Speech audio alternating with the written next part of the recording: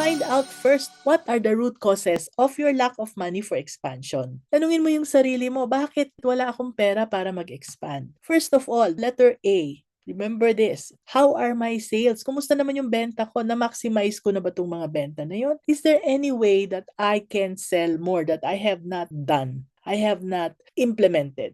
Yan. Letter B.